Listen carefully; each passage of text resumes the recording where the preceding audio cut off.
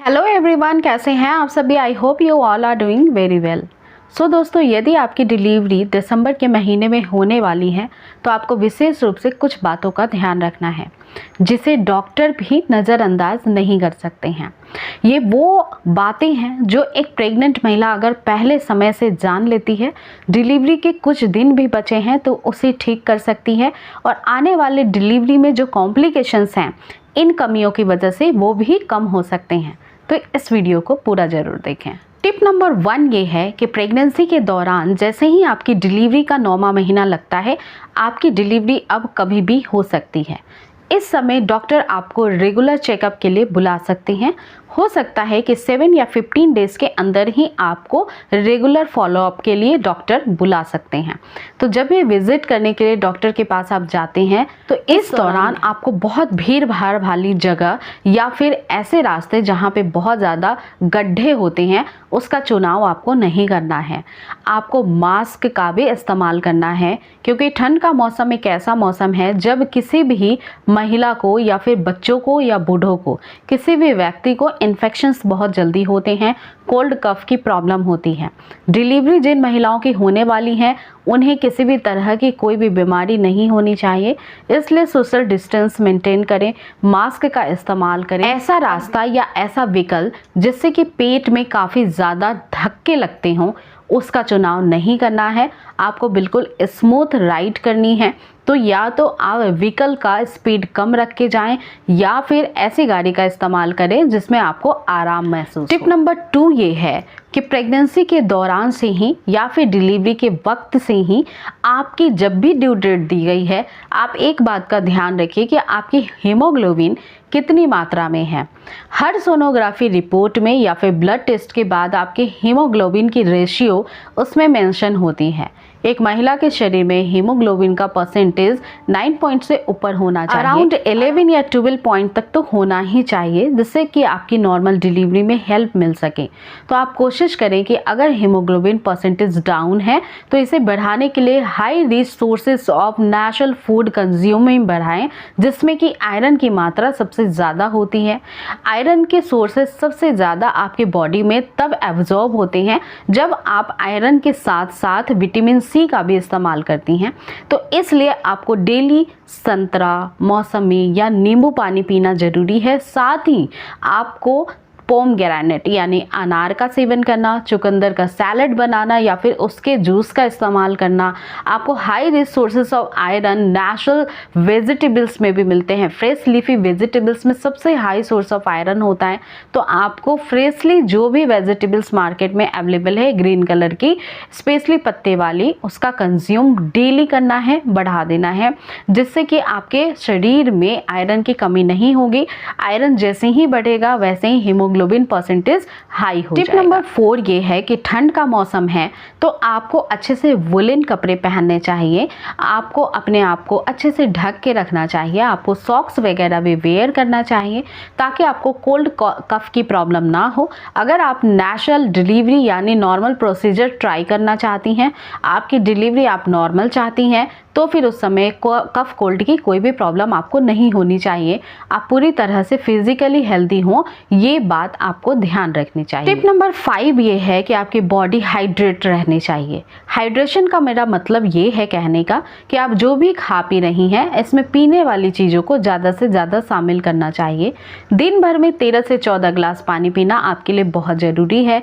तो आप चाहें तो आप वाटर लीजिए या फिर जूस का इस्तेमाल भी कर सकती हैं।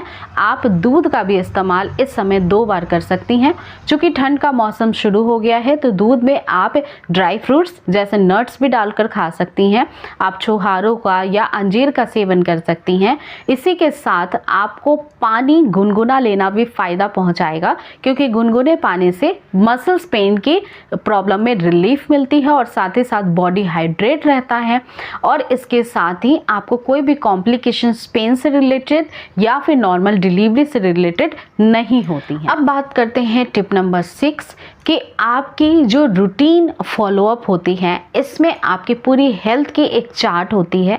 किसी भी महिला को हेल्थ से रिलेटेड बीपी की प्रॉब्लम, शुगर की प्रॉब्लम या फिर थायराइड की प्रॉब्लम है या फिर किसी भी तरह की कोई स्पेशल मेडिसिन दी गई है, उसे समय से लेना काफ़ी ज़्यादा इम्पॉर्टेंट है।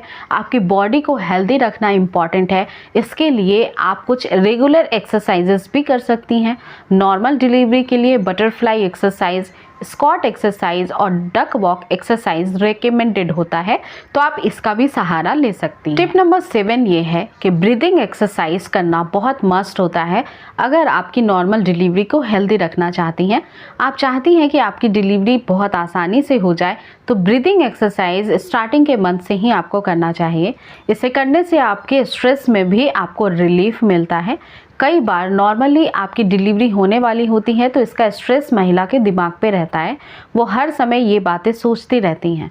तो इन बातों को सोचने की बजाय हल्का फुल्का आप कुछ भी सोच रही हैं वो चलता है, लेकिन बहुत ज़्यादा इन बातों का स्ट्रेस लेंगी तो उससे आपके हार्मोन्स खराब होते हैं, साथ ही बच्चे पे भी इसका बुरा असर पड़ता है। तो हेल्दी रहने के लिए आपको मेडिटेशन या फिर ब्रीदिंग एक्सरसाइज करना चाहिए। ये आपको नॉर्मल डिलीवरी में भी फ़ायदा पहुंचाती है। अगली टिप है कि जितना हो सके आपके लास्ट मंथ की ड्यू डेट के पहले आपको वॉकिंग काफ़ी अच्छे से करना चाहिए।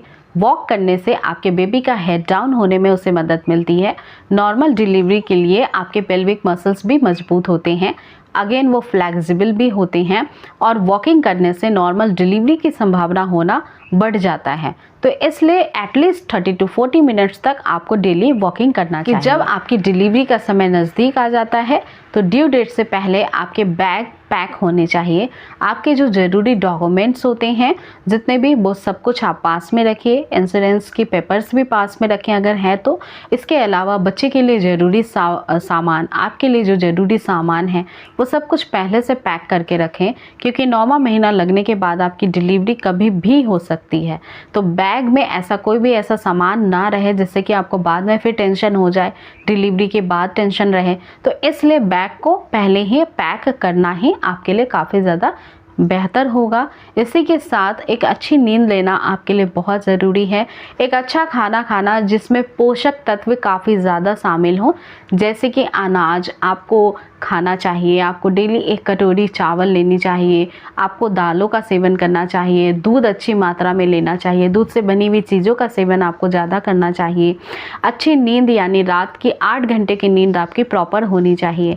इससे आपकी फिजिकल स्ट्रांगनेस और मेंटल स्ट्रांगनेस बनी रहती है, जो कि नॉर्मल डिलीवरी को और हेल्दी और इजी बना देती है। तो दोस्तों उम्मीद करती हूँ कि आपकी डिलीवरी भी काफ़ी हेल्दी और सेफली हो जाए। अगर आपको ये वीडियो पसंद आई है तो इसे ज़्यादा से ज़्यादा शेयर करिए। चैनल पे न्यू है तो मेक श्योर चैनल को सब्सक्राइब भी कर लीजिए और वीडियो को लाइक करना ना भूलें। और दोस्तों अपना पूरा ध्यान रखें, आपका बच्चा स्वस्थ रूप से हो जाए। और क्या संतान आपको हुई है ये ज़रूर कमेंट सेक्शन में हमें भी लिख कर बताएं, जिससे हमें भी काफ़ी ज़्यादा खुशी का एहसास होगा। तो मिलती हूँ फिर अगली वीडियो के साथ। Stay healthy, be happy. Thanks for watching.